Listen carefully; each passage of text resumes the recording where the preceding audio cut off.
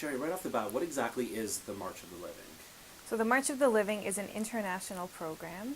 There's roughly 8,000 people that participate each year. This is the 21st anniversary of the March of the Living, and it's a 2-week program, 1 week in Poland, 1 week in Israel. In Poland, we're there for Yom HaShoah, which is Holocaust Remembrance Day, and on Yom HaShoah, we do the actual March of the Living, which is a march from Auschwitz to Birkenau. It's approximately 3 kilometers where everyone marches in silence, either in memory of someone who was murdered during the Shoah or in honor of someone that survived. For the week in Israel, we're there for Yom HaZikaron, which is Israel's Memorial Day for the fallen soldiers, and Yom HaAtzmaut, which is Israel's Independence Day.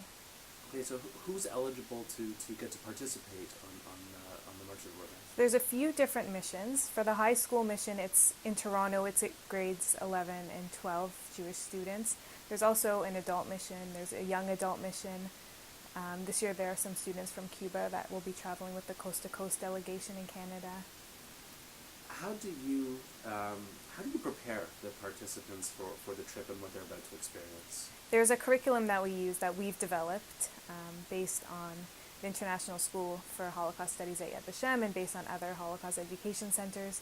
And we prepare the students. We begin with them from Jewish life before the war, anti-Semitism, Hitler's rise to power.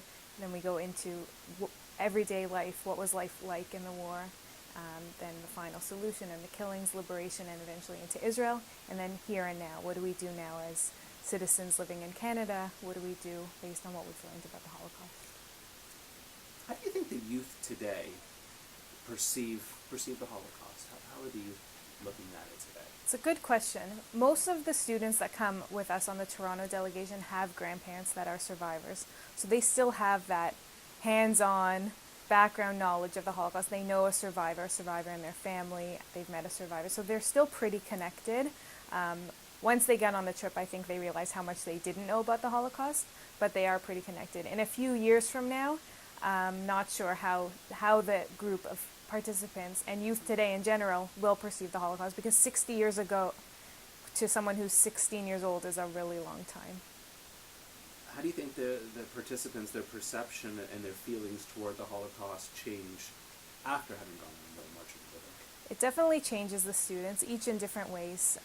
Their perceptions to the Holocaust, they're definitely more connected to Holocaust survivors.